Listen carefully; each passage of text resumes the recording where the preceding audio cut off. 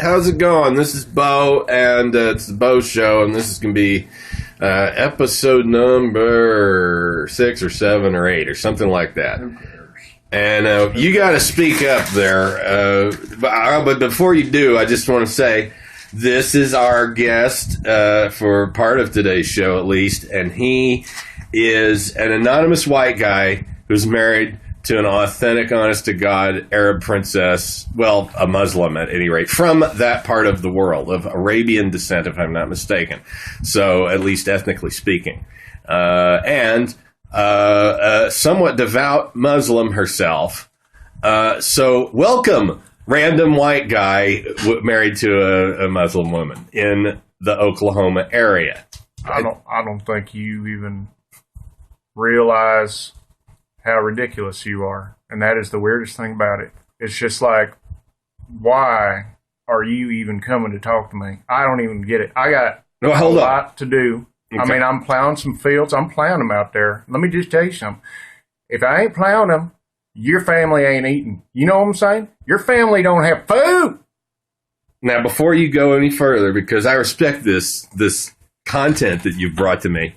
However, damn right. Your fake accent is like, I just wanted to let you going, see how much further you'd bury yourself with that fake accent. What I want to know is, you're married to a woman who, like, okay, I do know you, so maybe there's some full disclosure. I shouldn't, like, ask you random questions without checking myself for maybe having some kind of weird hidden agenda that I'm not even conscious of myself. But I don't think I do. Are you even talking? Listen, no, don't cut me off just yet. How many Toby Keith songs you know? How many Toby Keith songs? That's all that matters. That's all that matters. I don't even know what you're talking about. You just yes, you do. You're a disingenuous fuck because you completely know what I'm talking about. You're pretending you don't, so the people around you that are in your world that are way stupider than you don't give you too much of a hard time. I know how it is. I grew up here too. Listen here, old boy. You won't get rowdy. I get rowdy. I get as rowdy as you You're dodging the question. Is what is it like to be married to a Muslim woman? Same thing. You go with that stupid fucking accent again. God damn it. I want a regular fucking conversation. And then we will distort your voice later so you're not identified. Nobody's going to know who you are from the stupid accent you just had. That was like, it made you indecipherable as an entity. I'm kidding. Look here. It was pretty good. Come out here, city. It was pretty good. You did a good accent. You come out here, city boy. And you don't know no Toby Keith songs. Yes, I do, but I hate them. Well, I said a double negative, so I did know that you knew some. Okay, I'm smarter than you. You don't even know that. Now you're just passive-aggressive and a big old hipster. I am. I'm voting for Donald Trump. I'm voting for Donald Trump, even though he doesn't have family values. Okay? No, okay. I don't guess he does. Except but he's gonna bring the country back with his big walls, and I make big walls. He does have family values in that he's going to give his kids a whole shit ton of money. You know what I mean? But look, I got 20 feet tall cement walls around my whole property. Okay? Uh-huh. And I made them myself. If Donald Trump sees how I can make a wall, he's going to say, hey, listen here, old boy, I'll pay you, maybe $15 an hour, real money. That's sad. That's fucking sad. About 15. That's good. Fucking no, it's not. It sucks. It's better than 1987 when I started working. Fuck you. I don't care about 1987. I care about right fucking now. And $15 an hour is but barely shit unless you are single, have no children, live in the dead center of the country, which is fucking cheap. Wow. And make about 40 hours a week, and you got full benefits on top of it and everything like that. You got like dental and eye care. God fucking forbid. You get dental and eye care. Yeah. Uh-huh. Yeah. Well, that's maybe doable in Oklahoma. Now, California, you double everything.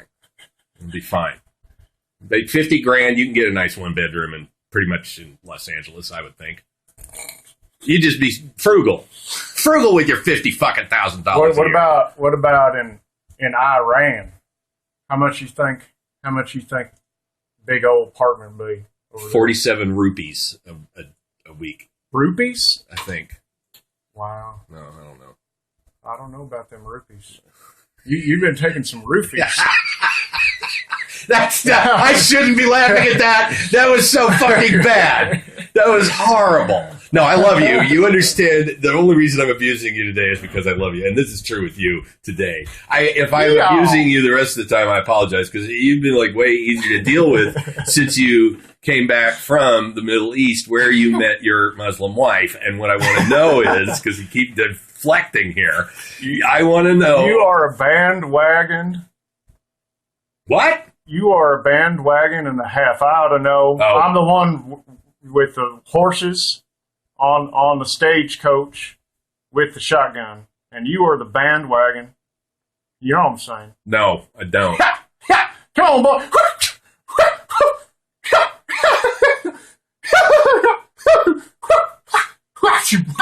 This has been Performance Art Minute with Wyatt Black. Ladies and gentlemen, this is Wyatt Black joining me today on the Beau Show, and I just want to know, really, for fuck's sake, comment once in some way. You say it's the same. You've never been married to anybody else before, though. So how do you know whether it's the same being married to a Muslim than somebody else? Look, it's just like God said it was going to be. Do you have to engage in subterfuge, for example, or chicanery or machination or diversionary tactics, shall we say, in order to keep certain elements of who you are as a person completely unknown to her? Would you say you have to do that? No. Okay. Ladies and gentlemen, this has been Performance Art Minute with Wyatt Black. I'll tell you what I got to say about Islam. Okay. You get up, you get down, you do that a lot. And that'll make you a better person in and of itself.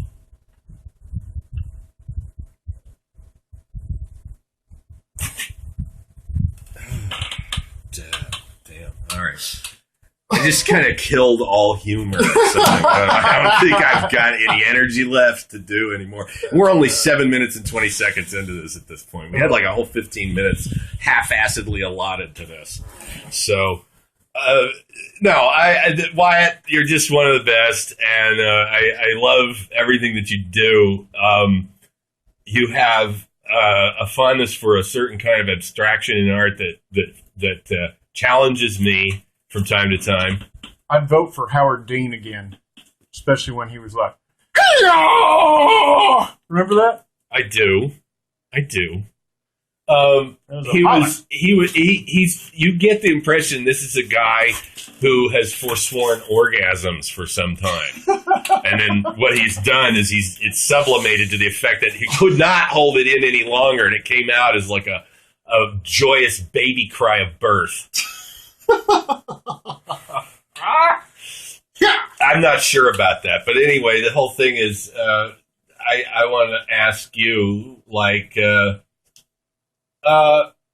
okay, Wyatt, I know that you and I have had to talk about American-born princesses of whatever ethnicity. It really doesn't really matter, but they're American-born princesses, which is hilarious because we don't have royalty. We're not British, for example.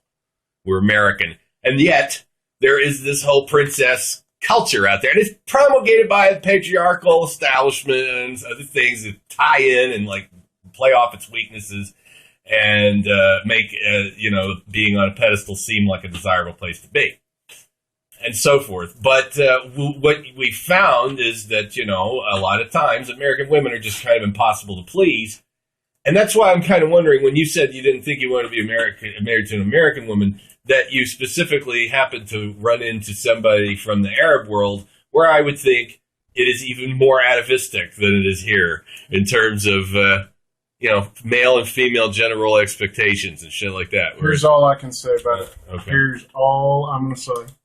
No, I wanted you to answer an actual question. It is. Okay. Are you going to do it? So far, I've told you the absolute truth, boy. Him now, high.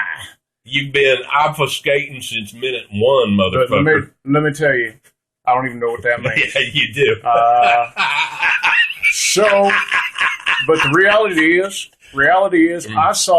I watched 1 minute of Sex in the City, that television show, and I just dropped everything I was doing, and went to the Middle East, because that was so scary. I absolutely. You needed to see people randomly shot in the middle of the no man's land zone, right? Yeah. And hear explosions blocks away 17 times a day for 3 or 4 days in a row. And then there's a peace talk or something. It was like, did you just say a peace talk? Peace talk. I don't know. I was distorted in my speaking the first time I attempted the phrase. Yes, I have to admit. But one thing at a fucking time. I gotta know. Like, you thought, okay, this is the thing. I would get the impression that you get one of two basic possible modes of Arab female expression due to their conditioning, not because of who they are innately. Okay? But due to the conditioning, you get like two possibilities. One, a completely crazily pain slut submissive type of long-suffering bitch. And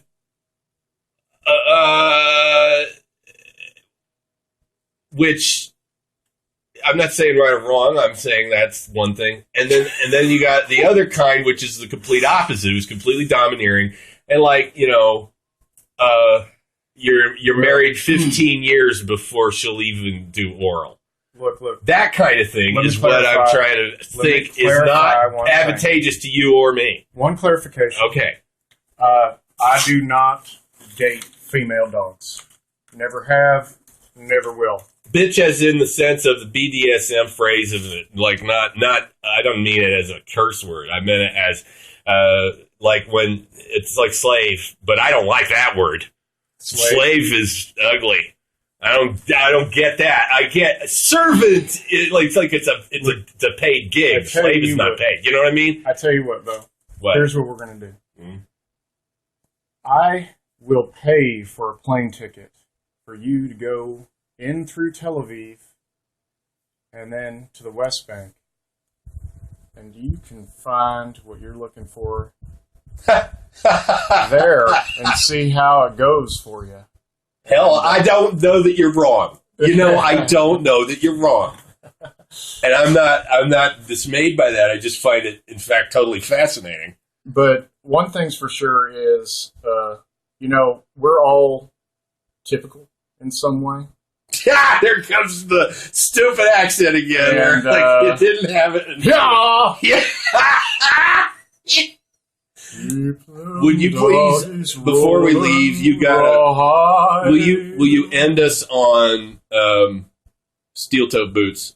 Just before we do that, because that'll be the last thing. We'll end with you. No, I don't want it yet. They're not ready for it. Oh God, how much longer? Oh my God. No, but like just say this much. You made a joke before we started recording where I said something like, you and I talk very crudely to each other. It seems to be part of how we express affection. Oh my God. Really? Yeah. And I said something along the lines, I didn't say it about your wife so much as I was recognizing that it was like, what would there possibly be wrong with having some brown pussy on one's face? And you said something like, you make the assumption that it's on my face. Beau, I can't even... We can edit this out if we have to, but I'm just saying... even comment on what... Why did you make that joke? I have no recognition of... Yeah! No idea what you're talking about. You refuse to testify on the grounds that it may incriminate you. Well, I just kind of snickered at your bad joke, Beau.